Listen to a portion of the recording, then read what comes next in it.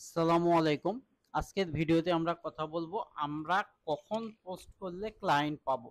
Mainly আমাদের দরকার client. তবে এর আগে একটু কথা বলে নিই, আমরা কেন পোস্ট করব এবং কি পোস্ট করব এটার বিষয়ে আরেকটা ভিডিও আছে, ফার্স্ট ভিডিও, ওটা অবশ্যই দেখে নেবেন যারা দেখেন নাই। ওটা না দেখলে এটা অনেক কিছু বুঝতে পারবেন না। তো প্রথমত আসা যাক, আপনি আপনার ফেসবুক নিয়ে একটু চিন্তা করেন। Think about your Facebook. আপনি রাত ৩টার সময় পোস্ট করেছেন, এঙ্গেজমেন্ট কতটুকু হবে? আপনি ভোর ৫টার সময় অথবা ফজরের পরে পোস্ট করছেন, এঙ্গেজমেন্ট কি পাবেন? পাবেন না। কারণ কি? কারণ আপনি যাদেরকে টার্গেট করছেন অথবা যারা আপনার ফ্রেন্ড, তারা মোস্ট অফ দ্য পিপল ওই সময় অ্যাক্টিভ নাই। তাহলে অ্যাক্টিভ না থাকলে আপনার এঙ্গেজমেন্ট কখনোই বাড়বে না, যদিও আপনি আগের ভিডিও অনুযায়ী ভ্যালুয়েবল কন্টেন্ট দেন। এরপর আসেন, একটা ওয়েবসাইটের স্ট্যাটিস্টিক্স অনুযায়ী বলা হয়েছে যে স্যাটারডে, সানডে অ্যান্ড ওয়েডনেসডে এই ডেগুলোতে এঙ্গেজমেন্ট বেশি থাকে, যদিও বা সানডে, কারণ সানডেতে ওরা যদিও বা জার্নিতে থাকে, মোবাইল স্ক্রল করে, বেশি সময় কাটায়। এটা হইতে পারে, এইটা আমি এক্সাক্ট বলতে পারবো না, ওদের স্ট্যাটিস্টিক পেলাম এই জন্য দিলাম। বাট আদার ডেতে অবশ্যই অবশ্যই আমি দেখছি এঙ্গেজমেন্ট বেটার হয়। বাট এটা কেন বেটার হয়, কখন দিলে বেটার হয় এবং কি করবেন পরের পার্টগুলোতে আসতেছি। সেটা হচ্ছে টাইমিং নিয়ে, কখন পোস্ট করব। ডে আমরা ফিক্স করলাম, বাট কখন পোস্ট করব এটা সাধারণত ৩টা টাইম এঙ্গেজমেন্ট বেশি হয়। এবার আবার আসি আপনার সম্পর্কে তো আমার সম্পর্কে। আমরা প্রথমত ফেসবুকে কখন ঢুকি বলেন? মর্নিংয়ে ঘুম থেকে উঠে একবার ঢুকি, যারা চাকরি বাকরি করেন তারা লাঞ্চের সময় একবার, এবং যারা অবসর চাকরি থেকে যখন বন্ধ হয়ে যায় দেখা যায় বিকেল টাইমটাই করেন। এক্স্যাক্টলি ওদেরও এই টাইমগুলোতে বেশি অ্যাক্টিভ থাকে, যদি তারা বিভিন্ন কাজে ব্যস্ত থাকে। তারপরে অন্য টাইমে অ্যাক্টিভ নাই এরকম না, বাট বেশি থাকে, স্ক্রল করে বেশি।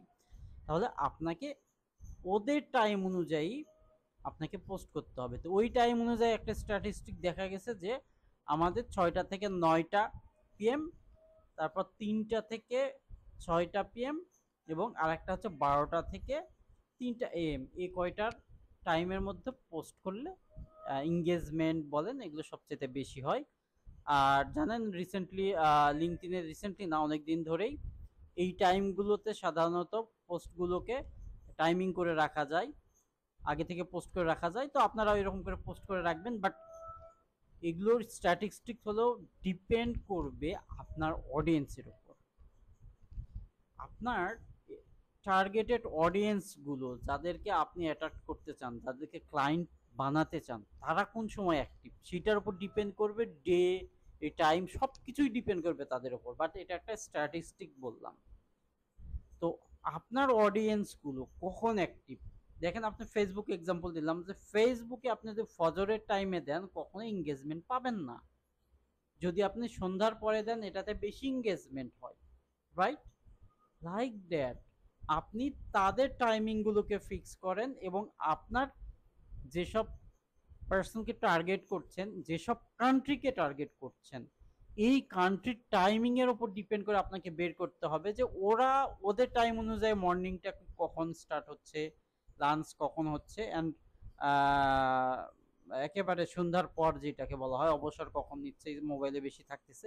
এই টাইমগুলো আপনার অডিয়েন্স অনুযায়ী আপনাকে বের করতে হবে, আপনার কান্ট্রি, কারণ বিভিন্ন কান্ট্রি বিভিন্ন রকম হয়, কারণ এই টাইম অনুযায়ী কাজ করবে না। বাট ইউএস এর মেনিয়াগুলো এই টাইমগুলোতে সাধারণত হয়, এই জন্য এটা বলা। বাট সবকিছুই ডিপেন্ড করবে আপনার টার্গেটেড ক্লায়েন্ট, তাদের valuable content, at the same time timing.